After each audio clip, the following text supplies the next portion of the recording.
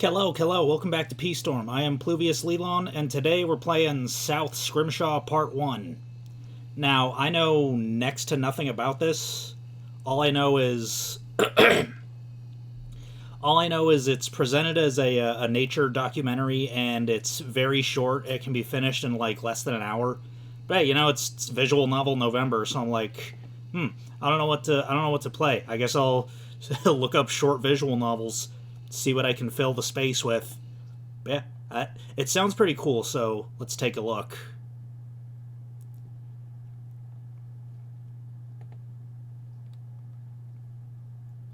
Okay, South Scrimshaw is a linear read, but there are information tangents to explore.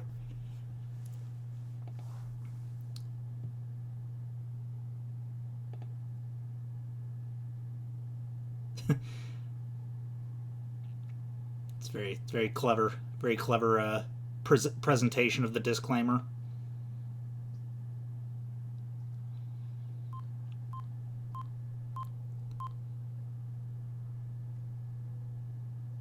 Okay. The Corporation for Earth Media. The Corporation for Earth Media is proud to present this educational program. Produced in conjunction with the frontier scientists, engineers, and artists of the Kronos 7 expedition. Let me see if, okay, yes, I'm blocking a little bit. Just shrink myself down, there we go. Yeah, make sure there's at least a little bit of booba in there, okay. South Scrimshaw is made possible through the support of viewers like you. Me? Thank you.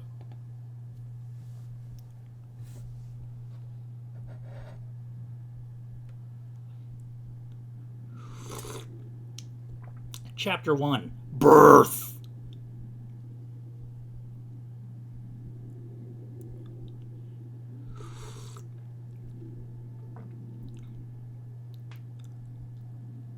Hot sunlight shines through the veined membrane of an aquatic egg. It was once carried in deeper, cooler waters of a more northern latitude. Now it bobs freely in a subtropical shallow. The consciousness dawning inside is prodded alert in discomfort. It is a male whale calf, stirring with a newfound awareness of body. I have a question. How'd they get the camera inside of the egg or whatever? This pod has held him for 17 months. Oh, okay. Development from a single fertilized cell. They put him in a pod. Now it can no longer support his life. The inflow of nutrients and oxygenated blood has ceased. A once comfortable cradle now pinches at his enlarged form. Pushed onto his own faculty, a suffocating urge to thrash wells up inside him. Yet he hesitates. A song booms from the world outside. The powerful low frequency vibrates through his whole body. With the certainty of deep imprinting, the calf knows who is calling. It is his mother. She is on the other side. He must join her. The shell containing him is now only a brittle husk, swollen with waste material and straining at the seams. Oh, okay, so they did somehow get a camera inside of his mother's body. But how? Clumsy first movements form the start of the calf's motor awareness. The egg is evolved to rupture open along a Oh shit. Okay, how do I replay the voice clip? Oh well, guess I'll have to fill in. The egg is evolved to rupture along a central seam. A few thin cartilage bands are all that retain him. One more forceful effort and he will escape. I'll try to keep my finger off the right mouse button. I've had this mouse for like a year and I'm still not used to the grip. I always keep accidentally right-clicking. Okay. Looks like the whale is now born. Studio Mongoose production. South Scrimshaw.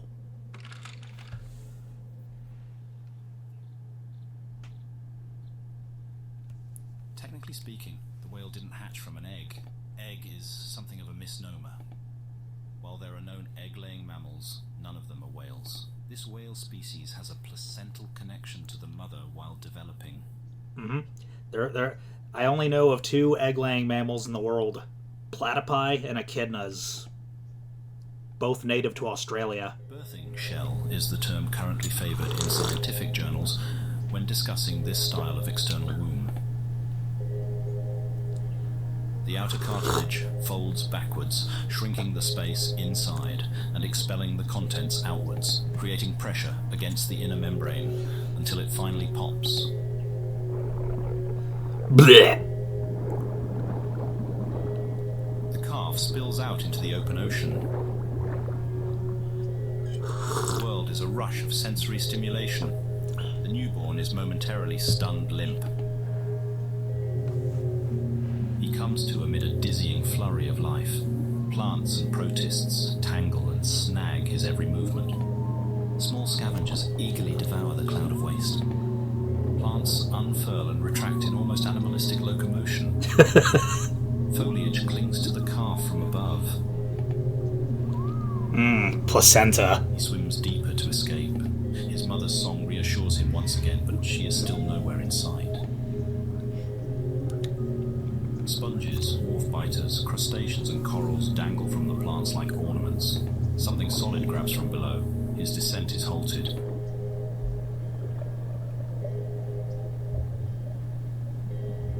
He's being lifted back towards the surface.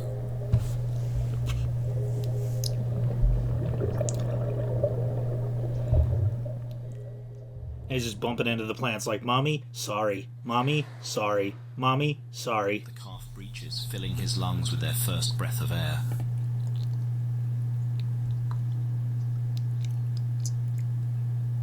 This is the breeding ground of his species. At the year's peak, this wide expanse fills with whales. But today our calf finds the surface empty, except for a very odd clump of plants.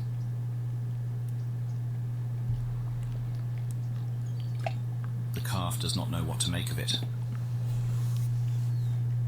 Equally disturbed and compelled, he stares transfixed. Plants continue to tickle his body just below the water. Tee. A resident waterbug examines him with equal skepticism.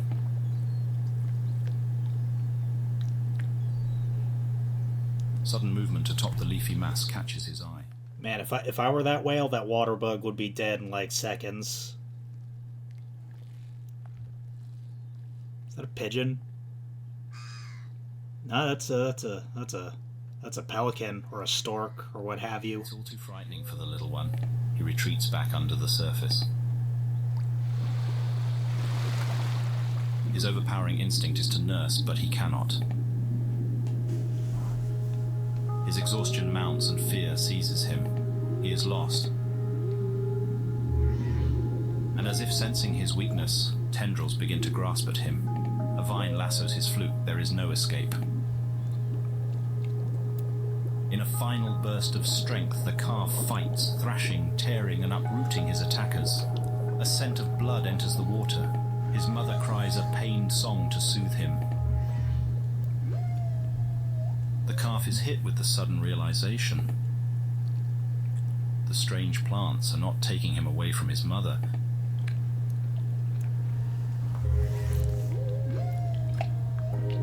The strange plant clod is his mother. What the fuck?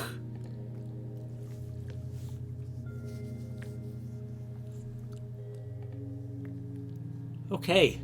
Well. That's, I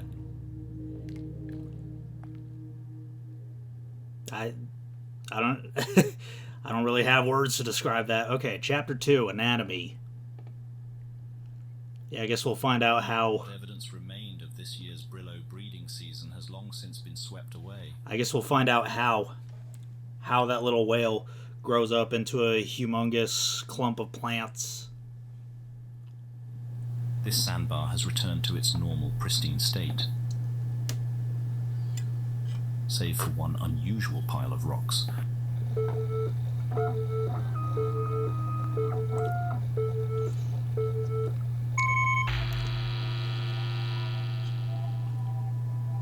This is a stone dog, Somewhat like a hermit crab, this animal lives in a portable shelter of foreign material. Stone dog.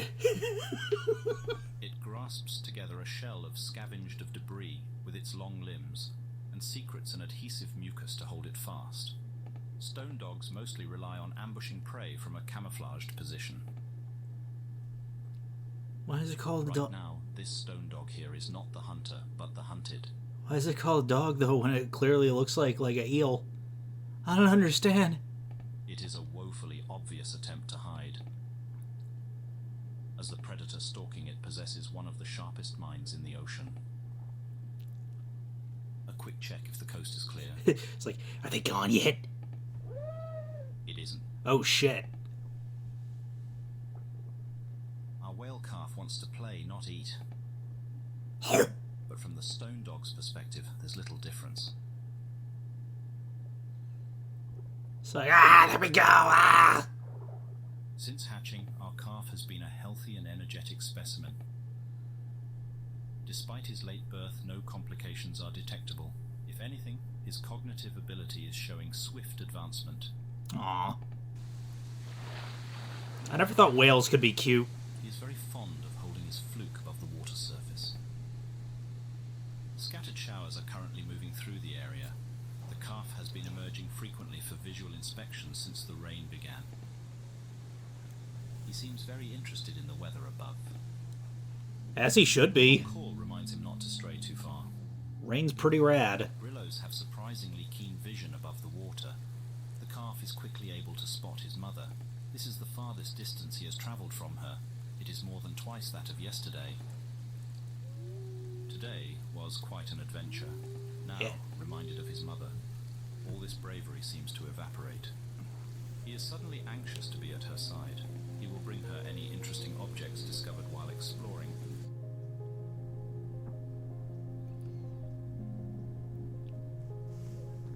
And boot it at her face. His mother is trying to rest off another bout of nausea. This play is a bit much. Woo! But these discomforts are trivial to the bond between mother and child. Our neural interface even shows a measurable relief in her symptoms during these interactions. The calf's carefree play is training for future hunts and the essential skills of survival, but it will be some time before he has to worry about earning meals on his own.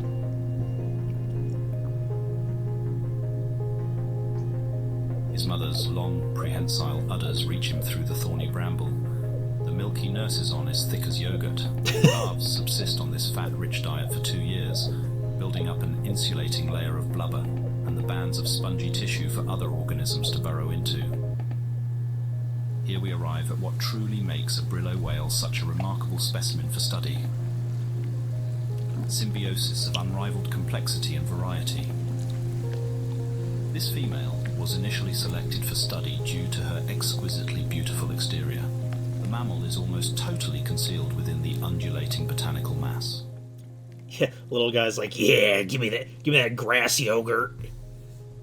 In cross-section, the distinction between whale and passenger is more visible.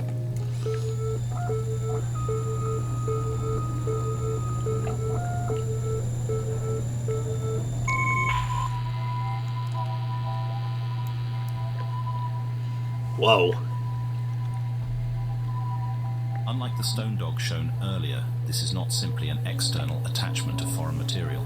The Brillo whale has an intimate connection to thousands of other living creatures.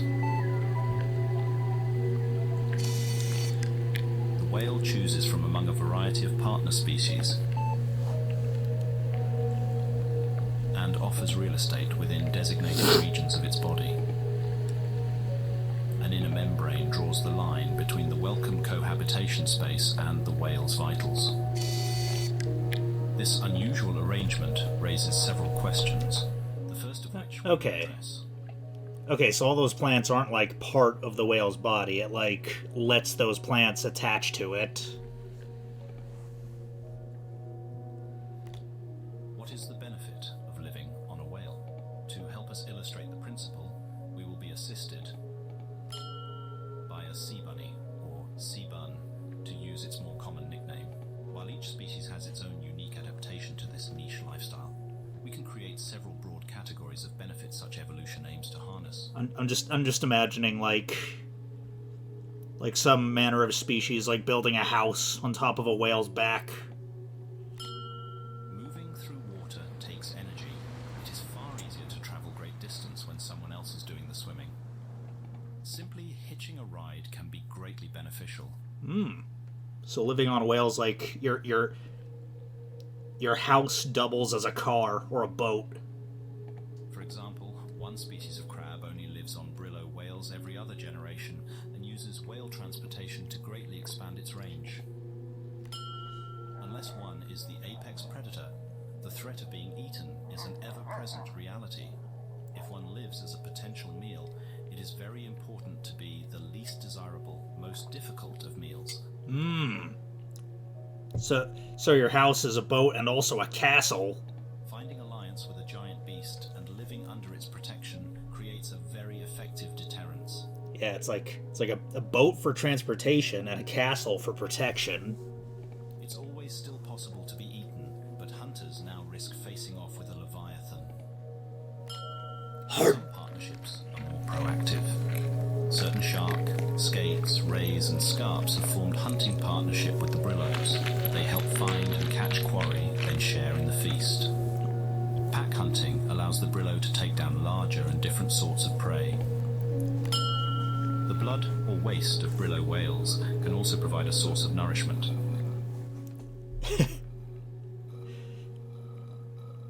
All right. Hey, so it's a seafaring castle with a self-filling kitchen. This not offered freely. Obviously, a Brillo whale cannot stand to be eaten alive. An Earth parallel is an oxpecker bird on a rhinoceros. The bird may drink a marginal amount of blood while it cleans off ticks. It's a fair trade for the rhinoceros, as the tick is the far greater threat. So too, will a Brillo whale expend blood in a beneficial relationship. In several instances, living on a Brillo has evolved into part of an organism's life cycle, and the specific conditions regulated in a Brillo's body are required for a new generation. In some cases, this goes even further. With the biology of the two species becoming so enmeshed, it is unclear where one ends and the other begins. Oh my god, it's Mantine. But these instances are rare. It's Doge. Our research team is very interested if these extreme cases represent a functioning system, or the pathological eventuality to such complicated arrangements. Wow, such whale.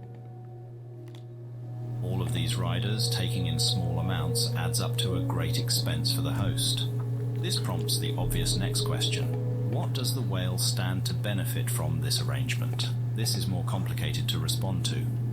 There seems to be as many answers as there are Brillo whales, as there is spectacular variety among Brillos. For now, let us approach the answer with specific examples from this mother. The most prominent feature along her body is the wide variety of photosynthesizing organisms. The whale is, of course, not an autotroph producing her own energy from sunlight, but the specialized seaflora pays rent by sharing some of their sugars into her blood. When light is low, roots ferment, and alcohol is also created as a byproduct. Certain plants near her head also act as fishing lures, drawing food to her maw. While she may occasionally swim deeper, a partially plant-subsidized life has locked her within the photic zone, the upper aquatic layer where enough sunlight can sustain the leaves. Adult Brillo behavior and biology is often dramatically influenced by their symbiotic arrangement. Here we see a blood trilobite. This is not an invited guest. A long needle-like proboscis pushes down and taps a vein. Drinking in great volume and offering nothing in return, it is a true parasite. This is a job for the vellum worm. Vellum worms fill their stomachs by grooming Brillos of unwanted visitors. It is currently hypothesized that vellum worms distinguish the welcome from the attackers through smell and taste. Parasites have all been found to have elevated amounts of a bile-like Brillo waste inside them. This mother Brillo also has to worry about creatures browsing her lovely plants. Herbivorous fish attempt frequent raids on the leafy goods. This one is alone and quite oblivious. The vellum worm packs a powerful punch for larger animals. A neurotoxin-filled barb is shot into the fish's heart. It can only manage a faint muscle spasm before the venom completes its work. Holy shit. The Brillo whale's strategy is called a symbiotic garden. It is an intentionally cultivated arrangement and a precarious balance of mutual reliance. I'm just in awe at how little of this whale's body its skeleton takes up. It's like, is the brain, like, above its skull or what?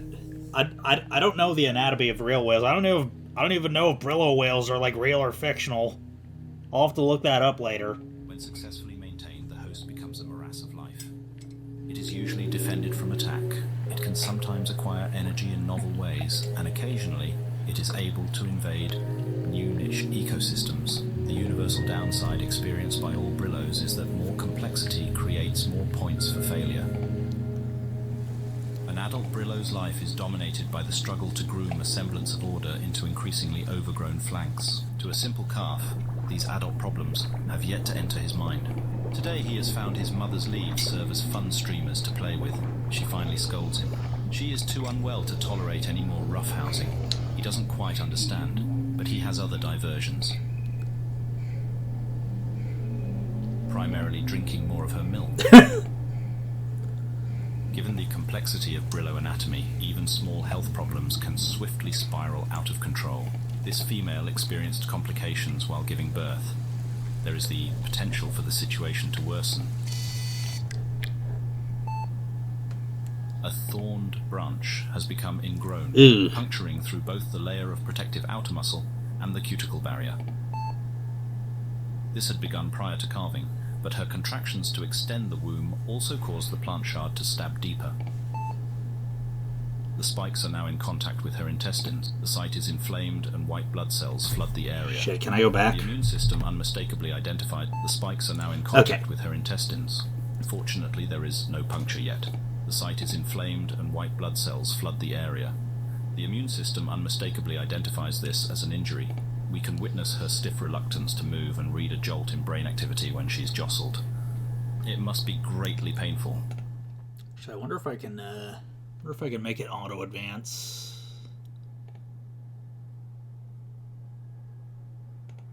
Doesn't look like it. Oh well. The greatest danger right now is a tear of the intestines, which would certainly be fatal. Ooh. There is reason to hope. Our scans also reveal that she has recovered from a similar injury in the past. Perhaps Brillos regularly endure such ghastly wounds. Perhaps it was the safety of the Brillo herd which afforded her enough time to convalesce. Certainly her odds of survival will be boosted greatly if she is able to make the long swim back. For now, she is still well enough to care for her newborn, though doing so must be exhausting. Judging by several physical indicators, this is most likely her first calf. Those Brillos who manage their gardens well can be extremely long-lived.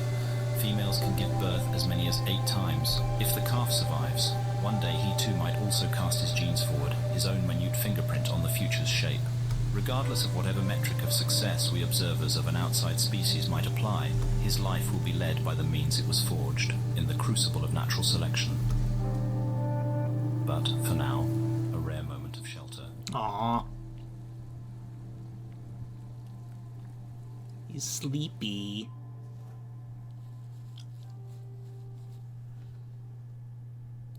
Alright, Chapter 3. Departing. No!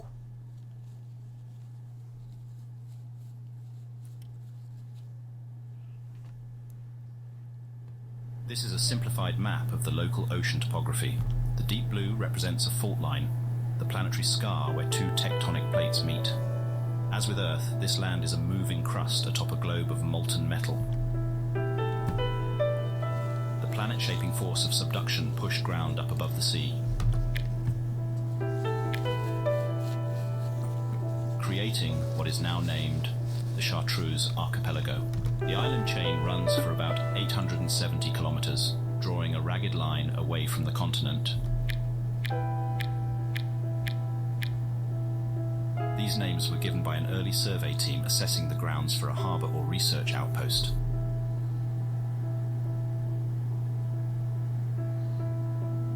The body of water created between the Scrimshaw Islands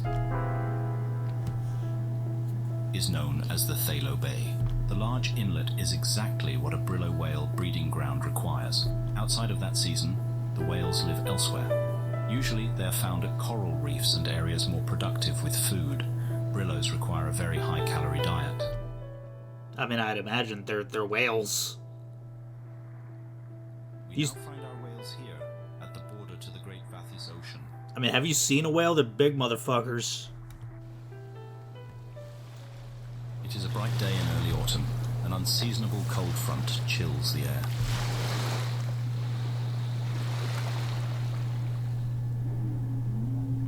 Below the surface, we find our mother, bracing for the journey. Judging by her mobility, her health has much improved. The delay is likely not related to her recovering wounds. The distance between the Thalo Bay and the southern reef is inhabited by many large predators. Many brillo calves are taken in these waters. Her loud songs are searching for another brillo's response. She has been making these calls since before dawn. She does not want to make this journey alone. The calf returns with a fresh lungful of oxygen.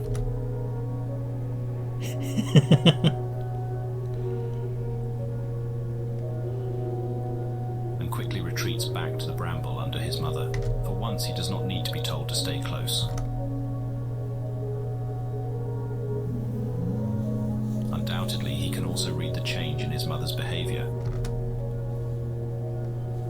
And the unfamiliar place ahead is deeper and colder. Faintly at first, a new sound reaches them. His mother startles. They both listen. It's another whale. Oh shit, what? A brillo whale, and it is getting nearer. Our mother booms a reply back. The calf's curious nature starts to show itself again. He has yet to meet a brillo besides his mother. There. He spots something. A large body begins to emerge from the hazy distance. It continues to approach, but the calf still can't quite understand what he's looking at. It's just like, the fuck is it? The calf's curiosity morphs into discomfort the closer it gets. Discomfort turns into outright alarm. He pleads to his mother in distress. She rebukes him in reply, as if to say, "Don't be rude to the new neighbors." One cannot blame him for his confusion. Whoa, what the This brillo whale's appearance was shaped to be deceptive. It is a beautiful and ghastly example of mimicry. Holy shit. The way the jaws gently undulate is startlingly believable. The grim exterior is the work of an important symbiotic partner.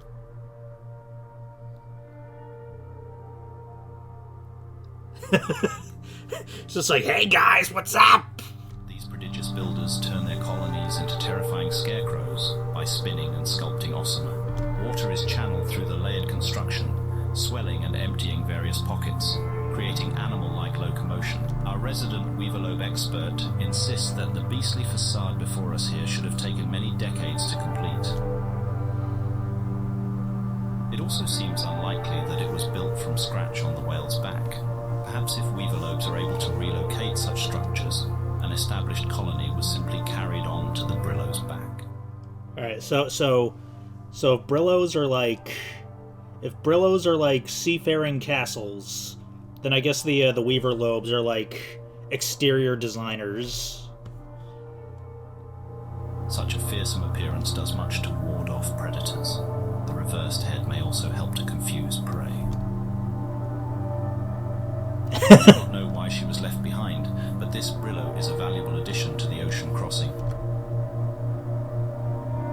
She too is a mother, looking to deliver her child to safety. It seems that all brillos quite shy around new acquaintances. Our calf growls to himself. Scoldings are unlikely to budge his unwelcoming attitude, nor will the surprise of additional friends. The calf was so distracted by what was in front of him that he failed to notice what was swimming up from behind. Oh shit. She's something like a faceless stone golem. The exterior is more bizarre than menacing. It might serve as some kind of armor, but our crew is at a loss to describe it on first sight. Like our Brillo mother, this whale may also have some kind of internal injury. She is only able to produce short, abrupt honks instead of complex songs. She is also a mother. Regardless of what benefit her exterior provides, her presence alone will help contribute to a safe crossing. Flanked by these strangers, our calf seems very disturbed. New experiences may be uncomfortable now, but they will lead him to understand the Brillo way. His mother jolts him forward with a shove of her branches. It is unlikely that more companions will show up, and there is no time left to delay. All following her lead, the 6 whales head out into the ocean to find their lost herd.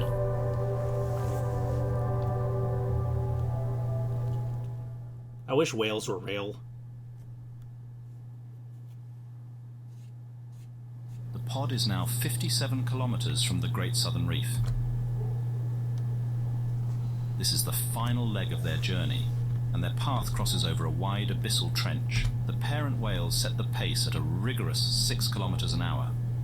They swim in a typical defensive formation, though with only 3 adults, it is not possible to fully encircle the youths. The trek has been arduous for our little calf, but he has endured it with admirable stoicism. Slowing down is not an option. He is able to sense this himself. Something large has been following the whales. Oh. It first appeared in the early afternoon and has maintained the same steady distance ever since. Hours passed and the mysterious animal failed to approach or make any concerning moves. The calf's fear of the unknown was slowly overtaken again by interest in his new Brillo companions. The stony-skinned mother whale and her calf now swim to his left flank.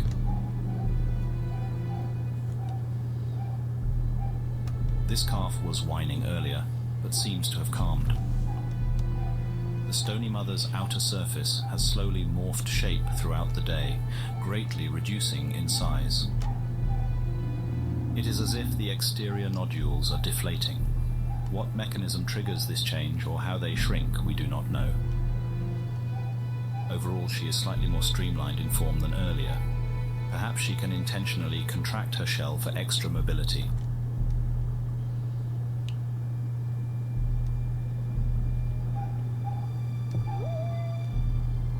Our calf doesn't know what to make of her either. Below him swim the mimic mother whale and her calf. Along with one of our semi-autonomous light drones, swimming upside down is the most uncomfortable spot for a Brillo, and the mimic mother refused to take her turn until minutes ago. Her stubbornness may not be entirely unreasonable.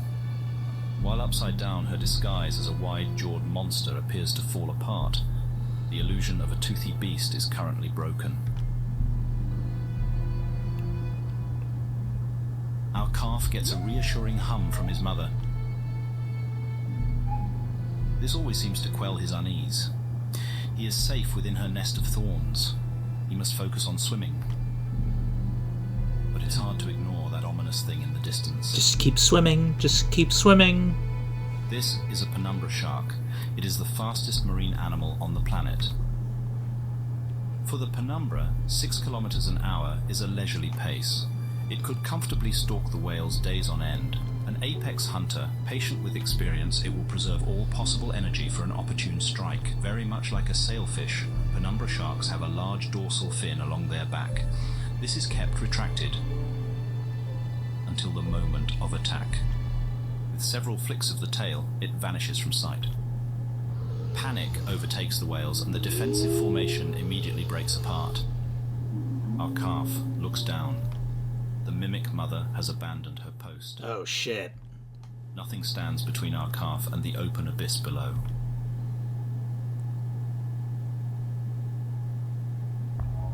The fight or flight reaction is as intense as it is instantaneous. A full threat alarm floods from the hypothalamus, shooting through every nerve and chemical pathway. Adrenaline pumps into the blood. The perception of time dilates. Details of the world suddenly stand out with vivid intensity. Even in this low light, 2 rows of white teeth are searingly clear. The calf finds his own fins now move in slow motion too. Seawater suddenly feels solid, suspending him in place. Trapped in harm's way, he can only watch the events unfold, until a tremble runs through the thorns surrounding him. The mother's branches are held under tension, and can be released with the force of a catapult. She flexes, cords snap, and in an instant the calf is swaddled in protective barbs and makeshift spears. The shark senses the change, and shifts the attack direction to the stone mother's calf, who is exposed and helpless. Our calf momentarily loses consciousness, but the barbed vines around him act as a net. His mother whisks him away with her. As our calf comes to again, he finds an awful scent filling the water. He looks back to see what happened to his travel companion. The sight horrifies. It is the reality of predation from the perspective of the prey. Because of his mother, our calf is the survivor, and not the cautionary example for others to learn from.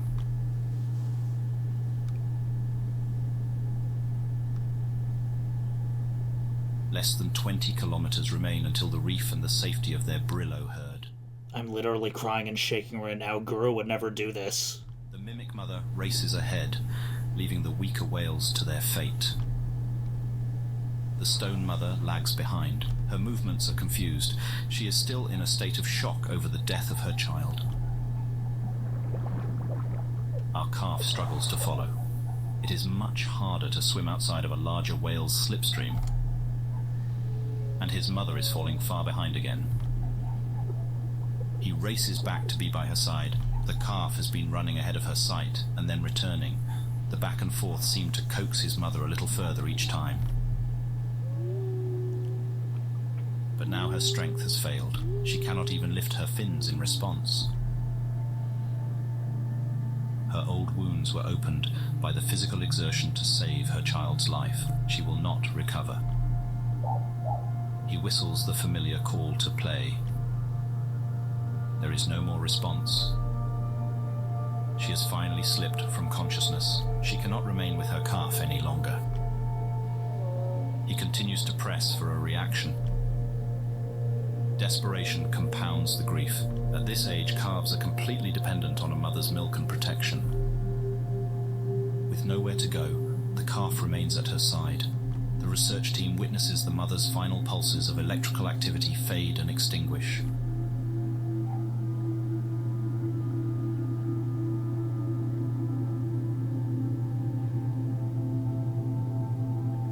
There is a long pause. 2 researchers start a heated discussion on the ethics of intervention.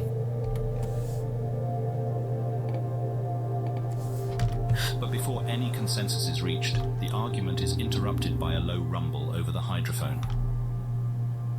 The stone mother never left the area. She watches our calf from a distance.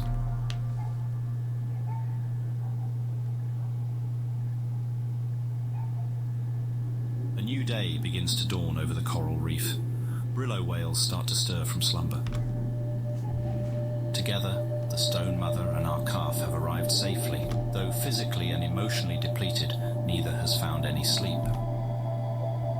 The calf gorges on milk, famished from the previous day's ordeal. This adoption in the wild may be extraordinary to witness happen, but acts of apparent generosity have not been an uncommon sight to anyone following this intensely social species.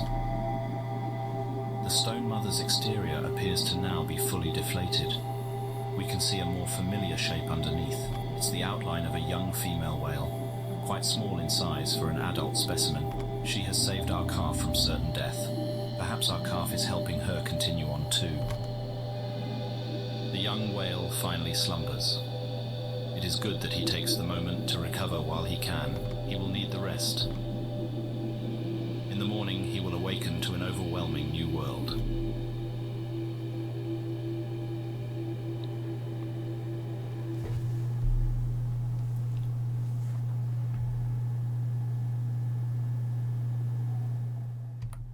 Chapter 4, Patterns.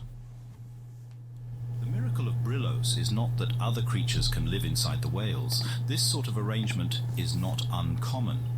You, the viewing audience, have countless residents inside your own body. Don't remind me.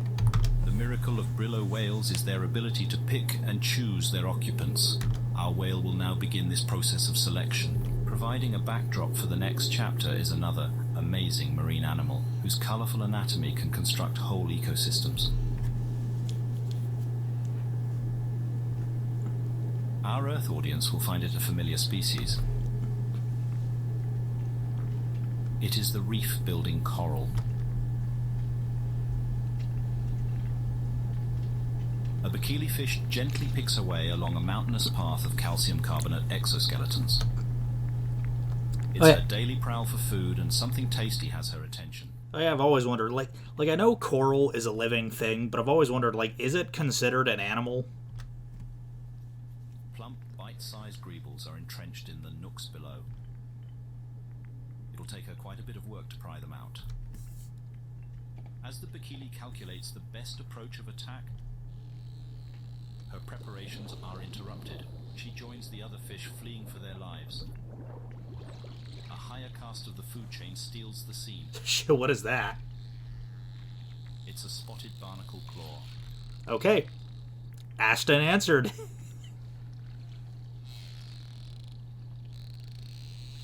One powerful yank extracts the entire colony hiding below. What are those little things? The whale groans with dissatisfaction. This isn't a meal fit for a leviathan. They will continue browsing for something more substantial. Our whale watches the drama unfold from Holy hell. Somewhat perplexed. In the 6 years since we last rejoined him, the Great Reef has not run short of new surprises. From near and far, one can hear the calls of unknown brillos bounding off these cavernous walls. At least he still has someone familiar to rely on. His adoptive mother is usually out of sight, but never too far away. She has changed quite a great deal since we last saw her. Perhaps in response to the penumbra shark attack, she has undergone a zealous application of eye spots to her figure. While not as outwardly apparent, our young whale's body has undergone an even more radical change. His skin layers and immune system have fully developed and are ready to host other species. This dermatological puberty is the crossroad. He must decide what sort of Brillo he will become. How does a young whale make such a crucial decision? The choices are overwhelming, the combinations are infinite, and mistakes are fatal. One way to ensure future success is to replicate past success. Brillo youths find a welcoming adult and attempt to fashion themselves in their likeness. The older whale assists with offerings of seeds, eggs, larvae, and other materials needed to begin the garden. The younger whale remains close for the years after, learning new behavior from the adult. Not every option Holy shit. for a young whale is desirable. This old-timer is welcoming, but our whale is visibly uncomfortable. Look at him, he's just like, ah! It isn't hard to imagine why, but on the other hand, another young Brillo might happily accept this body plan. What shapes such individual preference? Realistically, there are far too many influences to chart, but from our limited data, there is one factor that stands out. We estimate that half of Brillos choose to replicate their own mothers. Our whale displays this preference towards his biological mother.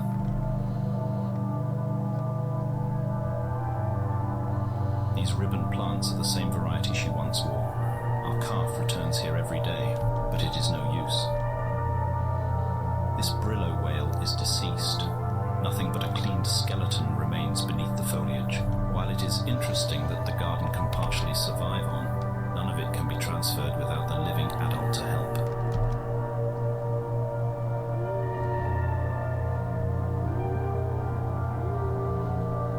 Our whale must find comfort in the familiar scent and touch. However, time spent on what he cannot have is time wasted. Waiting too long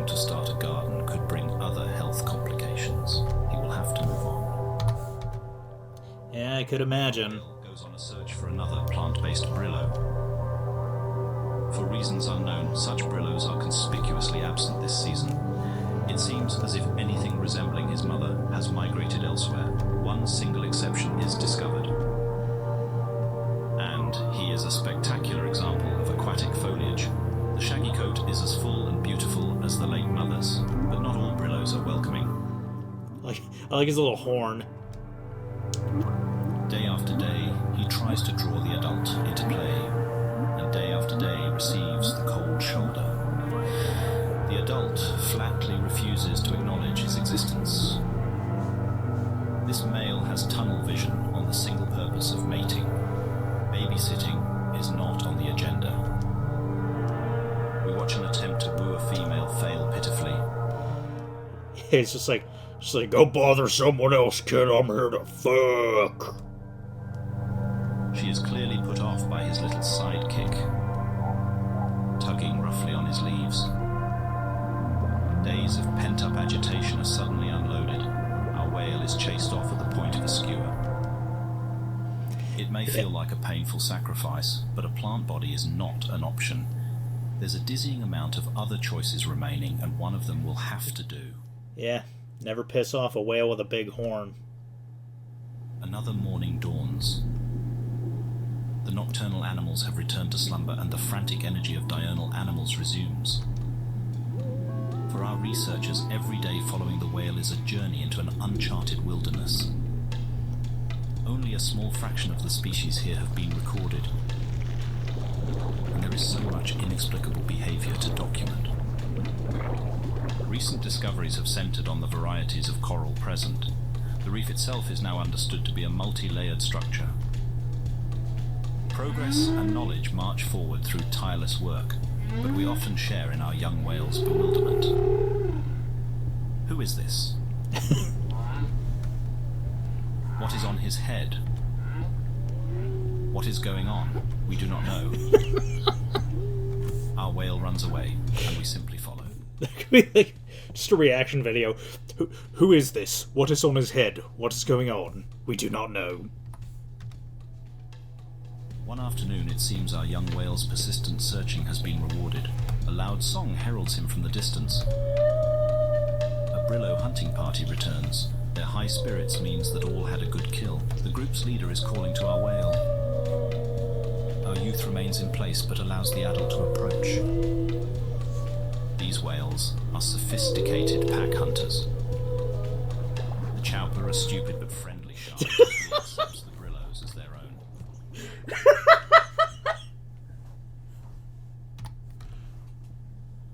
Compared to the painful transmogrification other Brillos endure, this silky costume is minimally invasive and provides maximum returns, and it's a plant. This successful symbiosis strategy is limited only by the pack's willingness to share it with others. An open invitation from the leader is a golden opportunity. Something isn't right. Our whale is fixated on the chowper. It is a tragedy that our whale seems unable to tolerate sharks of any kind. He flees. Not all sharks are bad. Weeks, we observe our subject whale becoming increasingly distressed. It is critical he suppress unpleasant feelings and adopt a symbiosis plan. A Brillo whale cannot survive unplanted. Perceive himself failing to integrate, of course, but the building internal agitation is not a force that will help him adapt better. Autumn draws to a close. Several new varieties of Brillo begin to arrive from colder latitudes. These are mostly hunter archetypes who can live a life less dependent on the reef's concentrated bounty. A camouflaged whale waits for prey to swim near. Shit, does that whale have octopi on its head? This kind of strategy requires a good deal of patience. Our whale, sensing the hunter, swims wide. The camo whale politely hails him. Other Brillo whales aren't the target of his trap. Our whale replies with mistrust and leaves. Something is wrong. Our whale's once irrepressible curiosity has grown increasingly muted. Even wonders like bioluminescence provokes no reaction. These lamplighter fish are practicing their jousting in preparation for the annual mating competition. The event is soon. It's only a one-night affair, and they will all die immediately afterwards. Jesus, that's rough. We think it would be quite the enriching spectacle, but the fish seem to be of no interest. Our research objectives all involve how a planted brillo changes gene expression throughout its life. An unplanted whale is no use to us. There is a fear that our biometric implants have been invested on a losing whale. But before we can discuss contingency plans, our brillo finally begins to break bad habits. This unknown youth has snagged a lamplighter and presents it now to our whale. Perhaps he was enthused to share his catch and our whale happened to be closest. Brillo interactions can be opaque, but these two have clearly hit it off. For once, our whale does not withdraw. He is proactively engaging instead of passively responding. It's a much welcome scene, but it begs the question, what changed?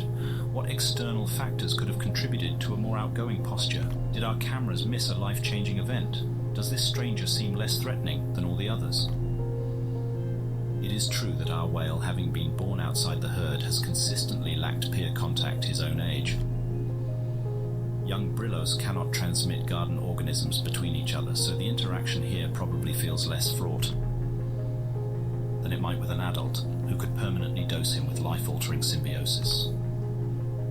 We hypothesize that juvenile brillo association is a necessary prior step to adult interaction. Regardless of how correct this assertion is, it successfully buys our study additional time.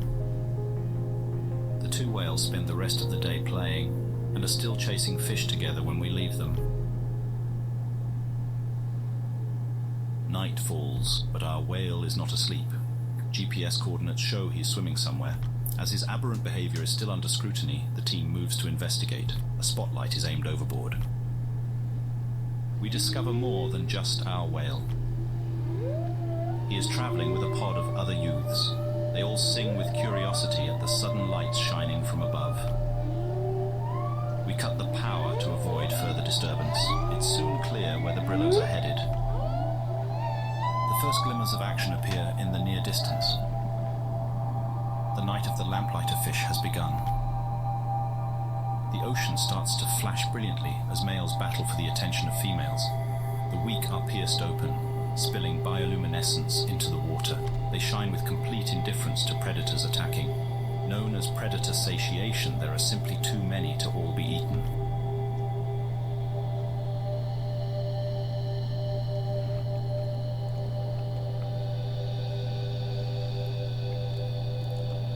His belly full of glowing fish bits, a whale watches the show reach its climax. It seems like he'll be up all night with the others. Yeah, those bugs are all just like, we're gonna die anyway, so we might as well die fighting. Confident in his safety, we recall our camera drones to finish their scheduled recharge.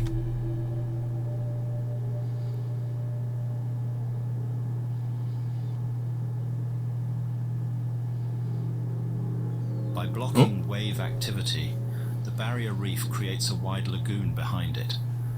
The placid water stretches for several kilometers before being overtaken by a mangrove forest. Parts are so shallow that they become exposed to air at low tide. At high tide, other areas are deep enough for a troublesome young whale to get lost in.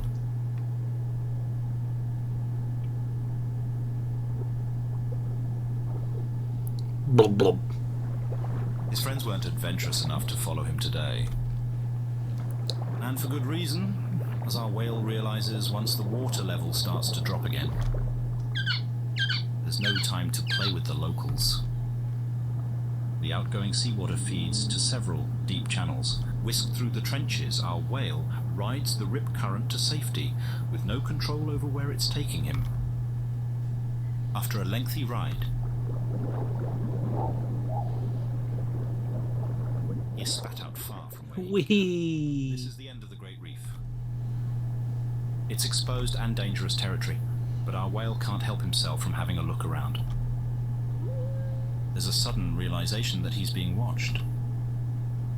Something is stirring within the cave behind him. It's another brillo whale. Our whale approaches, but there is no friendly greeting. This isolated loner is an exile from the herd. Banishment is reserved for excessive violence against fellow Brillos. Most likely it was a mating joust that escalated to fatal combat. A deteriorated mental state from years of isolation is what has made him truly dangerous. Our Brillo can understand that a noiseless approach signals an attack. He whistles another greeting. It's met with an oppressive silence. The crown of a shark's jaw attests to this whale's staggering strength. But his secret weapon lies inside the crow's nest atop his hardened armor.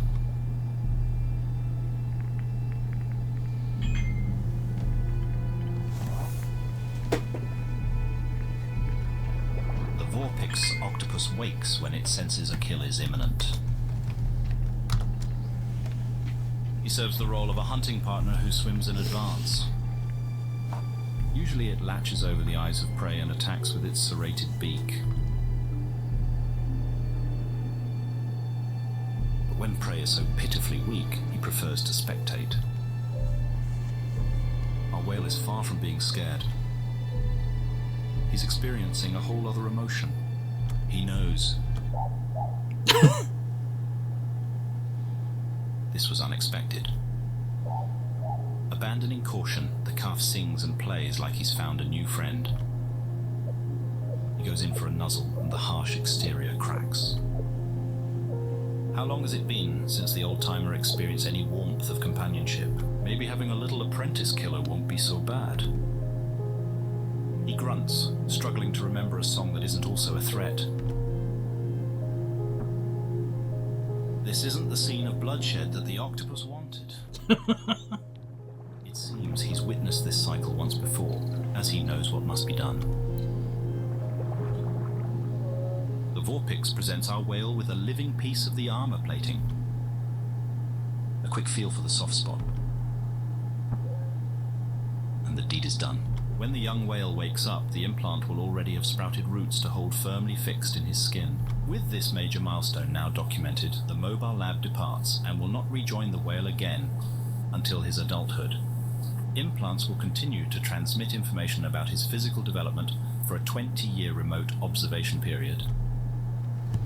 This also ends the documentary team's access to the whale and concludes the first phase of our project. For us, raw data is far less compelling than first-hand observation of his body being reconstructed. 20 years is a long time for impatient humans to wait. When we do meet our whale again, it is hard to guess now what we might find. All the changes he experiences over 2 decades will be witnessed in a single moment. It should be nothing short of a complete metamorphosis.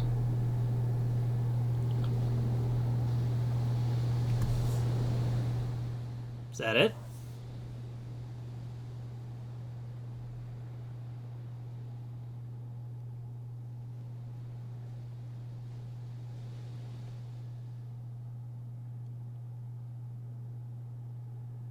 Well, this concludes South Scrimshaw Part 1. Please keep designated channels open for the transmission of Part 2. well, I cannot wait to see what that little whale grows up into. Yeah, this is pretty neat. This is pretty neat. I liked it.